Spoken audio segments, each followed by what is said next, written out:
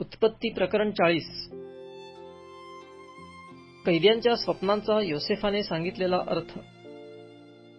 यानंतर असे झाले की मिस्राच्या राजाचा प्यालेबरदार व आचारी या दोघांनी आपला स्वामी मिस्राचा राजा ह्याचा काही अपराध केला. प्यालेबरदारांचा नायक व आचार्यांचा नायक ह्या त्याच्या दोघा सरदारांवर फारो रागावला. तेव्हा त्याने त्यास गार्द्यांच्या सरदाराच्या वाड्यात कैदेत ठेविले. तेथेच योसेफही अटकेत होता.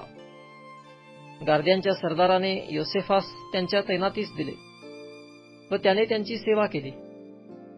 तेथे ते काही काळ अटकेत राहिले. बंदीशाळेत पडलेले मिसरी राजाचे प्यालेबरदार व आचारी या दोघांना एकाच रात्री त्यांना लागू पडेल अशा अर्थाची स्वप्ने पडली. सकाळी योसेफ त्यांच्याकडे जाऊन पाहतो तो ते खिन्न दिसले. तेव्हा आपल्या धन्याच्या कारागृहात आपल्याबरोबर असलेल्या त्या फारोच्या सरदारास त्याने विचारिले, आज तुमची तोंडे का उतरलेली दिसतात?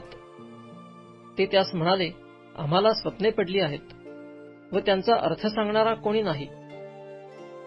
योसेफ त्यास म्हणाला, अर्थ सांगणे देवाकडे आहे ना, आपापले स्वप्न मला सांगा. प्यालेबरदारांच्या नायकाने योसेफाला आपले स्वप्न सांगितले ते असे. स्वप्नात माझ्यासमोर एक द्राक्षवेल होता. त्या द्राक्षवेलास 3 फाटे होते.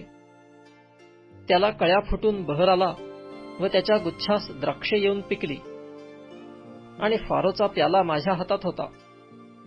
मी द्राक्षे घेऊन ती फारोच्या प्याल्यात पिळली व तो प्याला फारोच्या हाती दिला. योसेफ त्यास म्हणाला, याचा अर्थ असा, ते 3 फाटे म्हणजे 3 दिवस. 3 दिवसांच्या आत फारो तुझे शिर वर करून तुला तुझ्या हुद्द्यावर पूर्ववत नेमिल आणि तू पूर्वीप्रमाणे फारोचा प्यालेबरदार होऊन त्याच्या हाती प्याला देशील.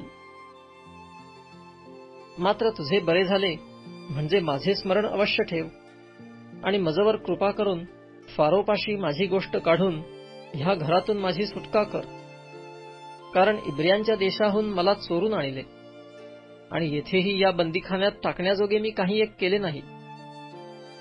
स्वप्नाचा अर्थ चांगला आहे हे पाहून आचार्यांचा नायक योसेफास म्हणाला, मलाही असे स्वप्न पडले की पांढऱ्या रोट्यांच्या 3 टोपल्या माझ्या डोक्यावर होत्या आणि वरच्या टोपलीत फारोसाठी सर्व प्रकारची पक्वान्ने असून पक्षी माझ्या डोक्यावरील त्या टोपलीतले पदार्थ खात होते. योसेफाने उत्तर दिले, याचा अर्थ असा, त्या 3 टोपल्या म्हणजे 3 दिवस. फारो 3 दिवसांच्या आत तुझे शिर वर करून उडवील, तुला झाडावर फाशी देईल आणि पक्षी तुझे मांस तोडून खातील. 3ऱ्या दिवशी फारोचा वाढदिवस आला. तेव्हा त्याने आपल्या सर्व चाकरास मेजवानी दिली आणि त्याने आपला प्यालेबरदारांचा नायक व आचार्यांचा नायक यांना पुढे आणले. त्याने प्यालेबरदारांच्या नायकास त्याच्या हुद्द्यावर पूर्ववत नेमिले आणि तो फारोच्या हाती प्याला देण्याचे काम करू लागला. पण त्याने आचार्यांच्या नायकास फाशी दिले. योसेफाने त्यांच्या स्वप्नांचा अर्थ सांगितल्याप्रमाणे घडले. तथापि प्यालेबरदारांच्या नायकाने योसेफाचे स्मरण ठेविले नाही. तो त्याला विसरला.